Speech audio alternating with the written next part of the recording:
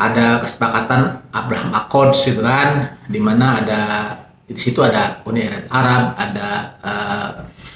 ada Sudan, kemudian eh, Bahrain, sama satu saya lupa, itu membuat kesepakatan namanya dengan Israel. Iran itu agak unik karena pertama Iran itu kan bukan bangsa Arab kan sebenarnya. Dia bangsa Persia yang punya sejarah panjang, sehingga dia secara ideologi itu lebih solid lah. Di mana presiden bukan pemerintah tertinggi, tetapi ada pemimpin tertinggi lagi, yaitu Ayatollah Khamenei yang kemudian ditembak mati oleh Israel. Mereka menghadapi perang yang serangannya datang dari berbagai front, tidak hanya dari satu area di Iran. Tadi tentara Iran banyak banget gitu yang harus dihadapi gitu kan, sementara Amerika mau bisa ngirim berapa gitu kan, itu secara politis tidak menguntungkan lah buat Amerika. Jadi nuklir itu kan senjata yang dibuat lebih untuk kepentingan deterrence lah, untuk pertahanan akhir.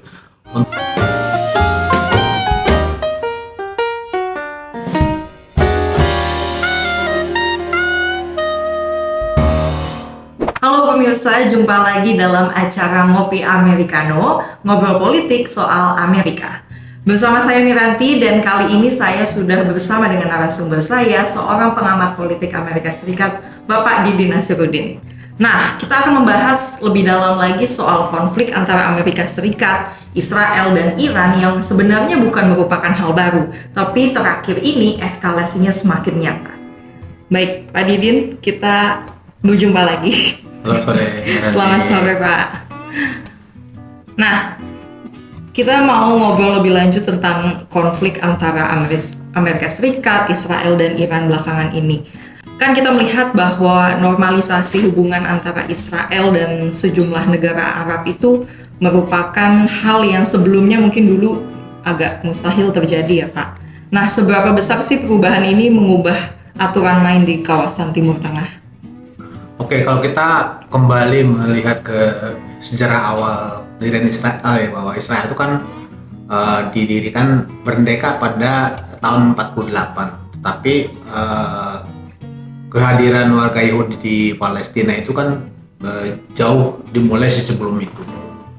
Jadi sejak abad 18 kaum Yahudi dari Eropa mulai berdatangan ke kawasan yang kita kenal sebagai Palestina, yang saat itu merupakan wilayah kekuasaan Turki Utsmani, yang kemudian setelah Perang Dunia Pertama dikalahkan oleh Inggris, sehingga itu menjadi wilayah kekuasaan Inggris.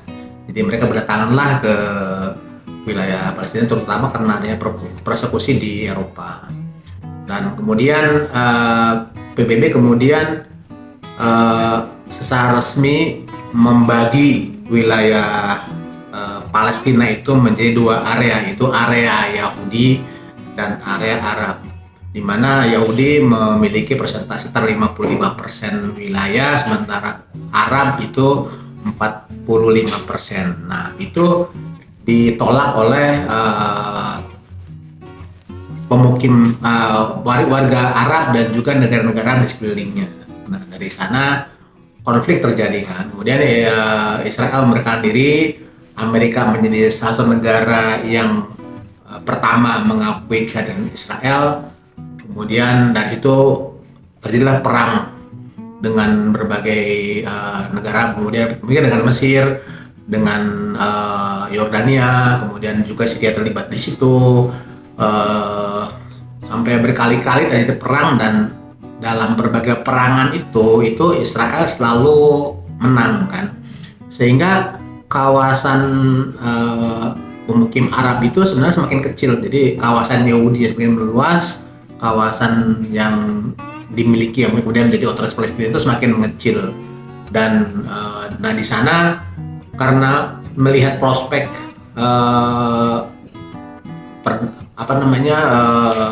istilahnya tidak mungkin mereka bisa mengalahkan Israel, akhirnya satu persatu negara Arab itu membuat kesepakatan. Jadi perdamaian lah. Pertama Mesir kan dengan Camp David itu mengakui Israel, bikin perdamaian lah. Sehingga wilayah Mesir yang dulu Sinai yang udah diambil alih Israel kembali ke Mesir.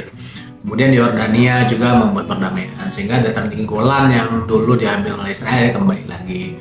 Kemudian setelah itu ada kesepakatan Abraham Accords gitu kan, di mana di situ ada Uni Emirat Arab, ada Sudan, kemudian Bahrain, sama satu saya lupa itu membuat kesepakatan damai dengan Israel. Nah, jadi kemudian rencananya itu nextnya adalah Qatar dan Saudi Arabia. Kemudian terjadi serangan Hamas terhadap Israel, sehingga kesepakatan damai antara Israel dengan Saudi Arabia dan Qatar itu tertunda. Jadi kira-kira itu yang terjadi. Baik Pak. Lalu kan konflik ini meluas kemudian sampai melibatkan Iran gitu, dan terlihat bahwa Iran mungkin bisa dibilang semakin terisolasi secara diplomatik, tapi memang masih memiliki pengaruh yang besar. Nah, apa yang membuat Iran itu bisa tetap relevan meski posisinya mungkin saat ini terdesak gitu? Jadi kalau di samping negara-negara yang memang cenderung untuk membuat perdamaian dengan Israel, seperti tadi saya bilang kan, misalnya Mesir, kemudian ada Mesir, Yordania, kemudian Bahrain, kemudian ada lain-lain. Ada negara yang memang dari waktu ke waktu mereka tidak mempunyai opsi untuk berdamai dengan Israel. Jadi kalau kita tahu dulu ada Irak, kemudian ada Syria, kemudian ada Libya dan Iran kan. Jadi 4 negara itu yang mereka sama sekali tidak membuka pintu perdamaian dengan Israel. Dan yang terjadi apa? Irak kan kemudian diinvasi oleh Amerika gitu kan, sehingga ditaklukkan lah istilahnya kan. Sekarang Irak memiliki pemerintahan yang sampai sekarang masih belum stabil. Kemudian yang kedua adalah Syria. Syria kan juga baru saja Presiden Bashar Assad yang baru melarikan diri digulingkan dan lari ke Rusia. Kemudian Libya sebelumnya kan juga terserang oleh Amerika, sehingga rezim Gaddafi jatuh dan sekarang menjadi negara yang katakanlah belum stabil lah, tidak stabil sama sekali. Belum ada pemerintahannya. Irak udah pemerintah tapi tidak stabil. Libya malah belum ada pemerintahannya.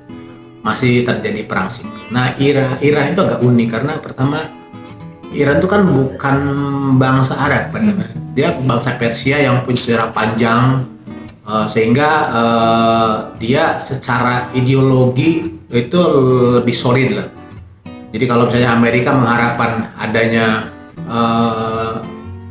penggulingan oleh rakyat, itu lebih susah karena ketika upaya penggulingan itu dilakukan oleh luar negara, maka rakyat yang tadinya mungkin ingin pemerintahnya diganti malah lebih resisten. Jadi itu yang membuat Iran unik. Jadi Iran kuat karena pertama tadi karakter rakyatnya yang dia cenderung lebih kompak dibandingkan yang lain lah. Dan yang kedua, Iran itu kan ideologis. Dia negara yang bisa kategori sebagai negara teologis, negara yang dia bersandikan ideologi Syiah kan, Muslim Syiah lah. Di mana presiden bukan pemerintah tertinggi, tetapi ada pemimpin tertinggi lagi, yaitu Ayatollah Khamenei yang kemudian ditembak mati oleh Israel. Jadi kira-kira itu yang membuat Iran itu lebih solid karena negaranya merupakan negara ideologis yang republik, tetapi republik yang teokratis lah, berbeda dengan negara yang lain. Kalau untuk penggunaan, maksud saya kekuatan militernya sendiri bagaimana Pak Iran? Apakah cukup siap untuk menghadapi eskalasi konflik? Jadi kalau dari kekuatan militer ya, sebenarnya Iran dibandingkan dengan Amerika digabung dengan Israel masih kalah jauh ya. Apalagi sekarang Iran relatif sendiri bermain. Kalau dulu ketika perang dengan Irak itu kan Iran masih bisa bertahan 8 tahun karena ada bantuan senjata dari Cina, kemudian dari Korea Utara, dari Libya, dari Syria, bahkan Amerika sama Israel pun membantu secara diam-diam, ya kan, sehingga bisa bertahan oleh menghadapi gempuran Irak yang dibantu oleh beberapa negara Arab dan Barat selama 8 tahun. Itu satu. Yang kedua, selain persenjataan itu kan, ada aspek lain yang membuat Iran lebih kuat. Kenapa? Iran itu karena sifatnya negara ideologis, dia tidak hanya mengandalkan tentara konvensional, dia ada relawan-relawan yang jumlahnya jauh lebih banyak daripada tentara konvensional ya, tentara reguler lah. Jadi kalau ada mungkin tentara reguler Iran cuma sekitar mungkin 900-an, tetapi Basij itu namanya, Basij kan ya, tentara relawan itu mungkin bisa mencapai 5 juta. Jadi kalau waktu sama perang Irak itu selain senjata dia punya relawan tentara yang jauh lebih banyak, sehingga berapapun Irak menyerang, Irak masih bisa bertahan. Apalagi zaman dahulu kan senjatanya belum secanggih sekarang ya kan. Nah sekarang kalau hitung-hitung senjata, Iran kalah karena Iran hanya punya stok senjata yang mungkin dibeli dari Rusia, dari Cina, dari mana gitu kan, ditambah dengan produksi domestik untuk drone, terutama rudal dan drone kan, sehingga sementara Amerika punya pangkalan di lebih dari 750 pangkalan di seluruh dunia kan, di 80 negara gitu kan, sehingga kalau habis yang dipakai Israel dan Amerika di Timur Tengah, tinggal ambil aja dari yang lain kan, sehingga bisa bertahan lebih lama gitu kan. Cuman mungkin kita tidak bisa memenuhi yang itu gitu, karena pertama Iran itu wilayah sangat luas gitu kan, sehingga seberapa banyak pun senjata Amerika akan susah karena sasarannya kan menyebar itu kan, ya kan. Satu itu. Yang kedua, Iran punya drone yang jauh lebih murah dibandingkan dengan rudal untuk menangkalnya kan, sehingga secara perang itu lebih efisien gitu kan. Makanya kan sebutnya sebagai perang asimetrik ya, dimana kekuatannya menyebar gitu kan, dari serangan rudal, drone, kemudian tidak hanya dari satu arah kan, dari Iran pun dari berbagai area gitu kan. Sebenarnya tambah lagi dari Lebanon, kemudian dari Tunisia, dari mana? Tunisia benar ya? Yep. Ya itu kan, sehingga mereka menghadapi perang yang serangannya datang dari berbagai front, tidak hanya dari satu area di Iran. Oke. Berarti kalau kita memang bicara, walaupun Iran tidak secanggih mungkin negara lain, tapi masih mampu gitu ya Pak? Masih mampu, tapi tetap aja karena dia semua mostly menggantungkan 14 stok yang ada dan produksi dalam negeri, itu ada batasnya sebenarnya kan, ada batasnya. Jadi tidak mungkin, saya tidak memprediksi bakal 8 tahun, nggak mungkin tuh loh ya kan, nggak mungkin. Tapi satu hal yang mungkin tidak bisa terjadi seperti yang tadi di Irak adalah bahwa Amerika mungkin nekat melakukan perang darat, itu nggak mungkin. Penaklukan kalau sebut Iran kalah dengan perang darat itu susah, karena tadi tentara Iran banyak banget gitu yang harus dihadapi gitu kan. Sementara Amerika mau bisa ngirim berapa gitu kan, itu secara politis tidak menguntungkan lah buat Amerika. Kalau konflik ini berkembang lebih jauh Pak, isu nuklir kan selalu ditakutkan oleh banyak pihak, terutama program nuklir Iran yang menjadi perhatian badan internasional gitu. Seberapa jauh sih kemungkinan bahwa konflik ini berkembang dan negara-negara mulai menggunakan senjata nuklir? Jadi nuklir itu kan senjata yang dibuat lebih untuk kepentingan deterrence lah, untuk pertahanan akhir, untuk menakut-nakuti lawan gitu kan, sebenarnya kan gitu. Karena kalau kita belajar dari histori bahwa sejak Hiroshima Nagasaki belum pernah ada lagi perang di dunia ini yang menggunakan nuklir gitu kan, atau atom lah zaman dulu ya, itu belum ada lagi gitu kan. Kenapa? Karena kita lihat aja ke daya hancurnya gitu kan. Jadi kalau kita tahu berapa kilogram sih uranium yang dipakai untuk di Hiroshima, Di bom Hiroshima itu beratnya 64 kilogram. Uraniumnya ya, uranium murni 64 kilogram. Tetapi sebenarnya karena teknologi zaman dahulu ya kan, teknologi masih kan 75 tahun yang lalu belum ada transistor, apalagi AI ya. Jadi itu masih teknologinya masih teknologi konvensional ya, zaman dulu masih teknologi tabung segala macam. Padahal nuklir yang efektif itu harus memakai transistor yang canggih ya kan, sehingga rancangan ledakannya itu sangat luar biasa gitu kan. Jadi dari 64 kg uranium yang menjadi bahan bom atom di Hiroshima itu hanya tidak sampai 1 kilogram yang mengalami reaksi nuklir. Dan hanya 0,7 kilogram lah. Tapi apa kehancuran yang terjadi? 80 hingga 90% bangunan di Hiroshima tuh hancur terdampak oleh bom itu. Nah, Hiroshima dibandingkan dengan Jakarta segede apa? Jakarta itu cuman 0,7-nya 70%-nya Hiroshima. Jadi kalau bom atom itu jatuh di Jakarta, habis semua Jakarta itu gitu loh, ya kan? Bayangkan itu 0,7 kg teknologi 75 tahun yang lalu. Nah, kalau teknologinya udah canggih sekarang, dengan bom yang mungkin itu akan dengan bom yang sama itu kehancurannya kali besar, gitu kan? Nah, Amerika itu punya bom yang ukurannya kecil-kecil lah, ya kan? Ada bom yang misalnya kalau Hiroshima itu kan daya ledaknya itu sekitar 15.000 ton TNT. TNT itu kan bahan peledak konvensional lah ya kan, standarnya itu. Kemudian, nah Amerika tuh punya dua nuklir yang kekuatannya misalnya cuman 5 TNT atau 7 TNT, tapi itu kan 5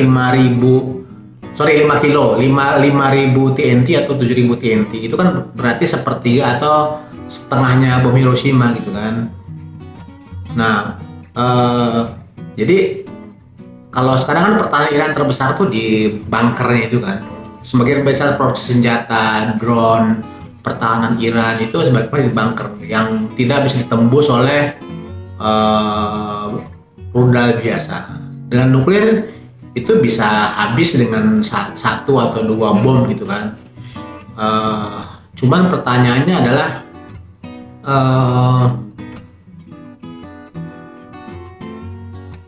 kira-kira Amerika mau nggak sih gitu nggak pakai nuklir? Kita lihat aja gitu loh. Ada senjata lain yang besar yang digunakan oleh Donald Trump, yaitu namanya bunker buster, atau di sana nyebutnya kan ada GBU 57 lah. Jadi guided bomb serupa namanya.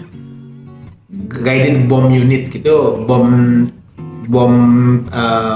yang bisa dikendalikan, yang kekuatannya jauh lebih besar dibandingkan dengan rudal biasa. Itu kira-kira beratnya itu 15 ton lah ya. Meskipun mungkin masionya seperti itu bahan peledaknya ya. Nah, itu bisa menghancurkan bunker yang kedalamannya sampai mungkin 15 meter bisa gitu. Nah, itu digunakan oleh Amerika menyerang reaktor nuklir Iran di bawah tanah pada tahun 2025. Tapi tahu nggak? Itu pertama kalinya Amerika menggunakan bunker buster. Okay. Artinya itu kan bom itu diproduksi sekitar 25 tahun yang lalu, ya kan?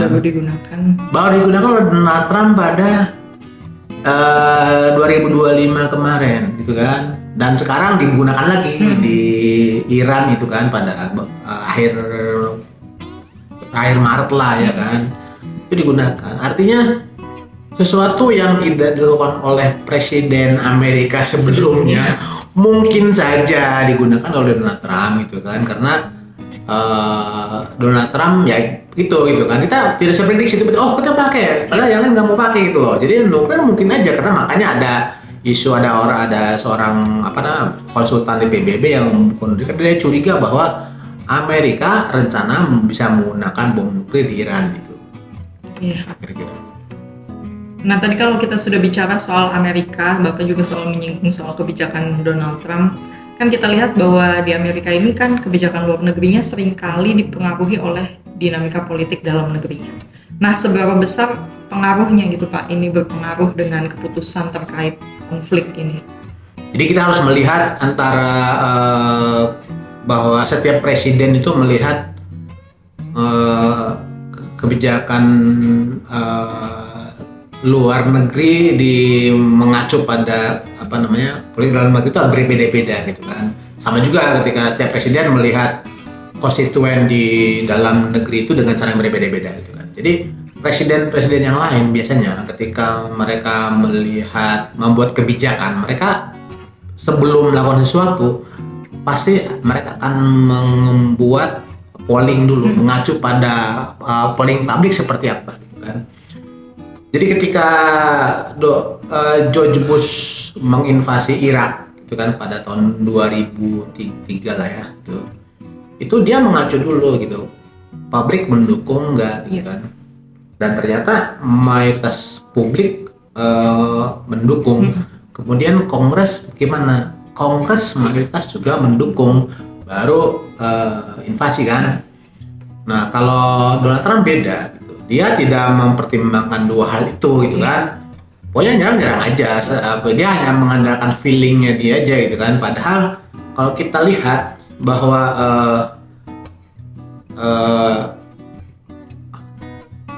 bahkan sekarang itu kalau kita menanya Kongres, tidak semua senator atau DPR dari Republik aja tidak semua mendukung itu loh. Apalagi Demokrat kan. Jadi kalau saya lihat Demokrat itu mungkin hanya satu orang dari 105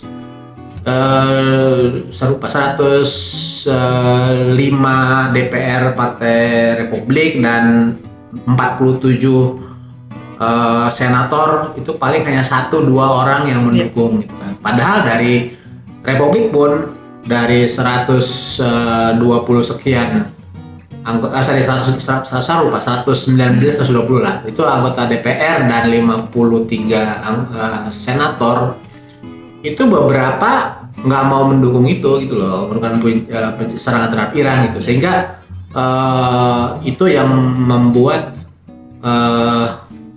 politik dalam negeri dalam negeri itu agak beda pendekatannya kan gitu. Kemudian yang kedua adalah bahwa Donald Trump hanya secara konstituen kan, Donald Trump hanya melihat dukungan dari Partai Republik kan, konstituen Partai Republik. Itu kalau misalnya mayoritas pemilih di Amerika itu tidak mendukung kebijakan terhadap Iran kan, serangan terhadap Iran. Jadi hanya sekitar 30% lah. Tetapi mayoritas tidak mendukung itu adalah Partai Demokrat dan Independen, sedangkan Partai Republik 70% pemilih Partai Republik itu mendukung serangan terhadap Iran. 90% mendukung Republik yang dari vaksin MAGA, Make America Great Again itu mendukung Trump, sehingga mungkin Trump hanya mengacu ke situ aja gitu loh. Jadi Trump masih merasa dapat dukungan dari kira-kira itu yang membuat dia optimis dengan menyerang Iran tanpa menanyakan pendapat dari publik ataupun dari Kongres. Tetapi gitu kan, buat partai ceritanya beda lagi gitu kan. Jadi kalau kita melihat polling sekarang, contohnya misalnya kalau kita melihat polling approval Trump, approval ratingnya, dukungan publik terhadap Trump saat ini, bahwa sekarang itu tidak sampai 40% publik Amerika mendukung, setuju dengan kebijakan Trump gitu kan. Untuk semua hal lah ya. Itu satu. Yang kedua, dampak negatif dari approval yang rendah itu, kita lihat ke peluang Partai Republik di midterm election bulan November. Jadi kalau kita lihat sebelum perang yang terjadi, Partai Republik itu berpeluang untuk mempertahankan mayoritas di Senat, tetapi hampir dipastikan kalah di DPR karena memang itu lumrah terjadi untuk partai yang berkuasa gitu kan. Pokoknya presiden satu partai mendukung Ibu Putih, maka DPR 2 tahun kemudian akan kalah. Itu terjadi di mungkin 90% kejadian di Amerika gitu kan. Nah sekarang peluang Demokrat untuk memenangkan DPR maupun Senat itu sudah 51% menurut hitung-hitungan dari pasar taruhan lah ya. Polling menunjukkan bahwa sekarang posisinya sama, udah hampir mendekati. Artinya perang memang sangat berdampak pada daya saing Partai Republik di midterm election nanti. Iya. Beralih ke kekuatan lain. Kita kalau memang sebelumnya Bapak juga pernah nyebut bahwa dunia sekarang tidak hanya mengacu kepada Amerika gitu ya. Ada lagi muncul kekuatan lain seperti Cina yang juga berpengaruh dalam ekonomi global gitu. Nah, apakah konflik ini menjadi bagian dari pergeseran menuju dunia yang semakin multipolar gitu? Jadi ketika Donald Trump mengumumkan kebijakan tarif ya pada awal tahun lalu, itu dunia sudah berubah. Oh, Amerika udah beda lagi sekarang itu. Artinya dia menerapkan kebijakan tarif tidak hanya untuk Cina gitu kan. Beda dengan waktu 2000 pada pemerintahan pertama kan dia hanya untuk Cina. Sekarang dia tidak pandang bulu mau negara yang dianggap pesaing, musuh ataupun yang menjadi mitra, semuanya kena tarif gitu. Iya. Termasuk Eropa, Kanada gitu kan, Meksiko. Amerika dan Kanada punya kesepakatan dagang, tapi itu sudah dilanggar semua. Pokoknya Meksiko kena tarif, ada tarif, Eropa kena tarif, sehingga itu membuat mitra-mitra atau sekutu Amerika mulai berpikir bahwa Amerika sudah tidak lagi bisa dipercaya, sehingga masing-masing mereka membuat sekutu sendiri. Dia mulai membuat kelompok persekutuan atau kelompok kesepakatan dagang yang tidak melibatkan Amerika. Jadi memang perang itu membuat situasi ini semakin mungkin terjadi, karena seperti kita tahu bahwa Donald Trump mengecam Eropa karena tidak mau membantu Amerika untuk membuka Selat Hormuz misalnya kan, atau juga misalnya Jepang dan lain-lain lah, sehingga dan sudah pada batas yang menurut mereka tidak bisa tolerir gitu kan, sehingga ya mau tidak mau gitu kan bahwa dunia ini pada setelah ketika perang berakhir sudah tidak lagi seperti dahulu gitu kan, akan terpolarisasi. Tetapi pada saat yang sama juga kita harus melihat bahwa Amerika itu kan ketika menyerang Venezuela, dulu menyerang Irak, kemudian bikin kesepakatan damai Israel dengan negara Arab itu kan, apa menjadi fokus mereka? Itu adalah minyak dan minyak gitu kan, bahwa Amerika ingin menjadi penguasa minyak dunia lah, baik langsung ataupun tidak langsung. Cuman persoalannya adalah bahwa dunia itu sudah bergerak tuh dari minyak gitu kan. Bahwa contohnya Cina itu sekarang mungkin 40% bahan bakarnya sudah dari bahan bakar yang renewable kan, green energy lah, bisa dari ada nuklir, tidak semua gitu ya, ada nuklir, ada tenaga angin, baterai segala macam kan. Sehingga Mungkin sekarang Cina terganggu suplai minyak ya, tapi mungkin dalam 10 tahun ke depan Cina sudah tidak peduli dengan itu kan. Itu satu. Yang kedua, bahwa minyak itu kan termasuk komoditas yang bebas lah ya kan. Beda dengan misalnya Amerika bisa mengembargo perusahaan chip untuk tidak menjual ke Cina gitu kan. Minyak itu kan susah dia embargo gimana gitu kan. Perusahaan minyak kan mereka nggak mau membatasi menjual. Kalau bisa sebanyak-banyaknya lah gitu kan. Banyak mereka. Tapi ya paling cuman memang karena mungkin dari dulu kan selalu ada OPEC kan, dulu memang sengaja membuat harga minyak itu mahal itu kan, kenapa dengan makanya bikin OPEC semacam kartel untuk membuat agar mereka bisa mengelola harga. Kemudian benar Amerika bikin sendiri, kemudian Rusia yang di luar OPEC misalnya bikin, sehingga harga minyak tuh cenderung turun. Ya, jadi minyak tuh secara umum tuh melimpah di dunia, sehingga tidak ada negara yang secara spesifik menjadi penguasa minyak. Di Amerika tidak bisa menguasai minyak karena minyak itu yang punya ya perusahaan minyak gitu kan, yang mereka bisa bebas menjual meskipun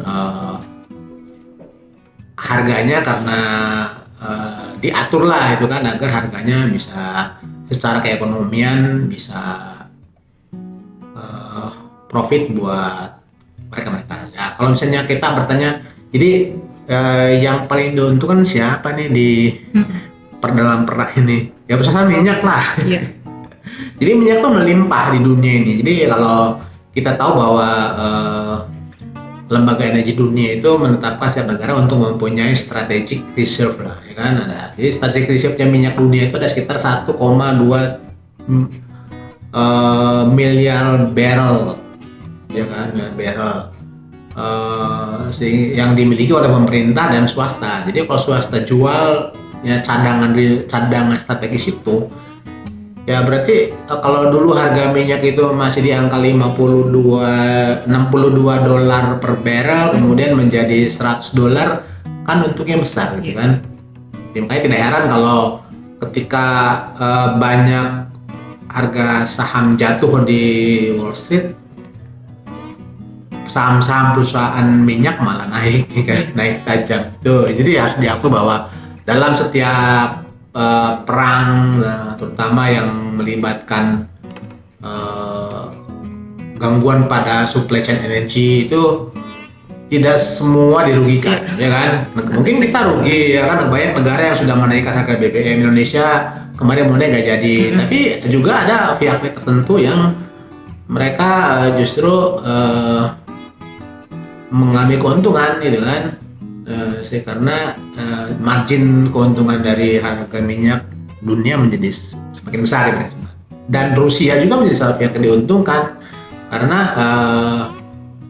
Rusia yang tadinya diembargo tiba-tiba silakan kamu boleh jual minyak demi untuk menstabilkan minyak dunia gitu. Iran pun kan ada boleh jual minyak gitu kan tuh. Jadi agak ambigu gitu kan. Artinya itu menunjukkan bahwa kebijakan perang Iran itu sebenarnya tidak mendukung, tidak positif buat Donald Trump, apalagi ketika orang ya udah deh karena Donald Trump itu dia tidak bisa dipegang omongannya, kemudian tidak memandang, tidak friendly pada sekutu-sekutu, ya udahlah nanti kita ke depan nggak usah lagi diajakin dia lah, kita bikin aja sendiri Islam. Kira-kira gitulah ya masa depan dunia setelah perang Iran saat ini. Iya Pak. Terus kemudian salah satu yang menjadi sorotan kalau kita bicara konflik Timur Tengah, karena konflik yang terjadi saat ini semakin meningkat, kemudian isu Palestina semakin jarang menjadi pusat perhatian global gitu. Apakah ini menandakan bahwa solusi dua negara atau two state solution menjadi semakin mustahil gitu? Jadi musuh dari semua isu adalah apa? Waktu lah semua isu. Ya. Sampai kapan gitu? Sampai ada gini loh. Jadi kalau anak saya tanya, misalnya ditanya tentang Presiden Soeharto misalnya, dia pasti nggak tahu lah. Oh, saya nggak tahu gitu, saya nggak kenal dengan Soeharto gitu kan. Meskipun mungkin istri saya tahu lah gitu, ya kan. Dalam beberapa hal, aduh enakan zaman Soeharto nih gitu kan, harga minyak murah contohnya ya gitu. Karena saya kan nggak tahu, nggak peduli lah gitu kan. Nggak merasakan gitu. Jadi kalau kita melihat bahwa orang-orang Arab itu sangat emosional dengan isu Palestina, itu adalah generasi-generasi dulu yang merasakan bagaimana mereka merasa bahwa di sana ada invasi Israel, kemudian wilayah Palestina dicaplok oleh Israel gitu kan. Itu kan terjadi sejak berapa? Dari sejak 48 kan, artinya berapa? Hampir 34 abad lah ya kan. Generasi itu sudah nggak ada gitu, itu udah silent generation. Kalaupun ada kan cuman ya nggak ada lah, misalnya itu berarti silent generation kan, udah nggak ada orang itu gitu kan, udah ganti generasi. Nah generasi baru itu mereka udah nggak tahu gitu, ini apa itu Palestina gitu kan. Jadi tidak heran kalau misalnya negara Arab, ya udahlah kita udah capek cuma 5 tahun berperang, ya kita berdamai lah, karena pemimpin pejabat di sana udah generasi baru yang sudah tidak emosinya tidak seperti zaman dahulu gitu kan. Nah, itu satu hal. Kemudian Israel memang membuat kebijakan agar tidak ada peluang bagi Palestina untuk punya wilayah sendiri gitu kan. Netanyahu terutama. Netanyahu itu sengaja jadi kalau Netanyahu itu Perdana Menteri yang dia itu akan kuat ketika terjadi konflik. Jadi banyak konflik di kawasan Palestina itu yang sengaja dibuat gitu kan. Jadi orang malah bilang bahwa Hamas itu sebenarnya bikin Netanyahu agar Gaza dengan tepi barat tidak kompak gitu kan gitu. Sehingga tidak pernah bisa nggak bisa deh bikin Palestina karena ini dua wilayah aja mereka saling bertikai gitu kan gitu loh itu. Nah, apalagi sekarang dengan adanya konflik terakhir invasi Israel ke Gaza dan juga pengetatan wilayah tepi barat. Sekarang itu wilayah tepi barat itu sudah tidak hanya diisi oleh warga Palestina Arab gitu kan, tetapi sudah banyak pemukim Yahudi di situ, tentara Israel, sama di Gaza seperti itu juga kan. Sehingga kalau bikinlah ini kan wilayahnya sudah kayak begitu gitu kan, emang mau bisa dibikin satu negara. Gitu kan. Makanya Donald Trump punya ide, udahlah warga Palestina pindahin aja dari sini. Ide gila gitu kan. Tapi kira-kira itu loh. Jadi saya melihat bahwa prospek negara Palestina itu satu tergantung kepada pemerintah, pertama sangat tergantung pada Israel lah. Jadi kalau Israel masih dikuasai Netanyahu atau pemerintahan radikal seperti sekarang penerus Netanyahu misalnya kan, itu negara Palestina akan sulit untuk didirikan gitu kan.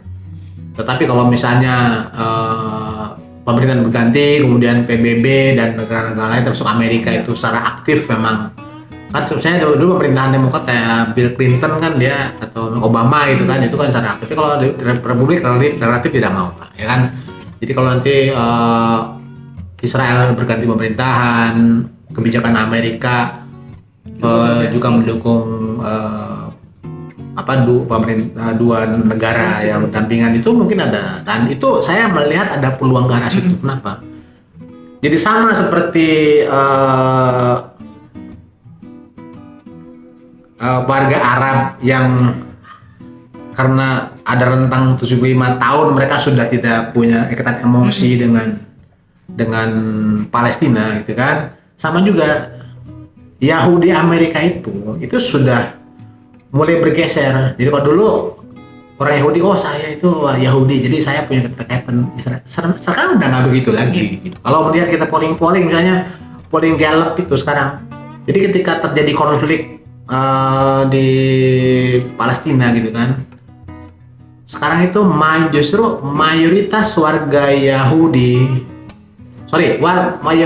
mayoritas warga Amerika itu lebih pro Palestina dibandingkan dengan pro Israel. Satu itu. Yang kedua, mayoritas Yahudi Amerika itu sudah mengakui bahwa Israel bersalah dalam kasus Gaza. Yang kedua, Israel memang sudah melakukan bukan genocide kekerasan yang di luar istilahnya ya di luar batas lah di Gaza.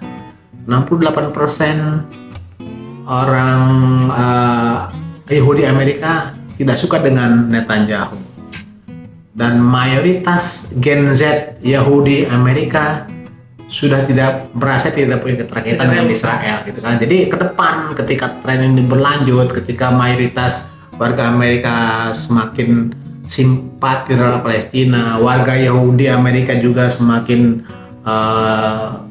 tidak merasa punya keterkaitan dengan Israel, maka peluang untuk adanya perdamaian itu mungkin bisa ada. Meskipun mungkin satu tergantung pada siapa yang memerintah Israel, kedua seberapa besar negara-negara lain termasuk PBB untuk menyuarakan tadi solusi dua negara itu. Jadi masih ada harapan. Masih ada harapan. Tapi untuk waktunya kita masih harus menunggu sampai tren di Israel, tren politik di Amerika juga berubah. Baik, Pak Didi, terima kasih banyak atas waktunya dan diskusinya hari ini. Kita bicara banyak soal Israel, kemudian juga soal konflik Iran, Amerika Serikat, termasuk arah masa depan Palestina. Terima kasih pemirsa atas bincang-bincang kali ini bersama saya dengan Miranti. Sampai jumpa di episode berikutnya. Oke, terima kasih.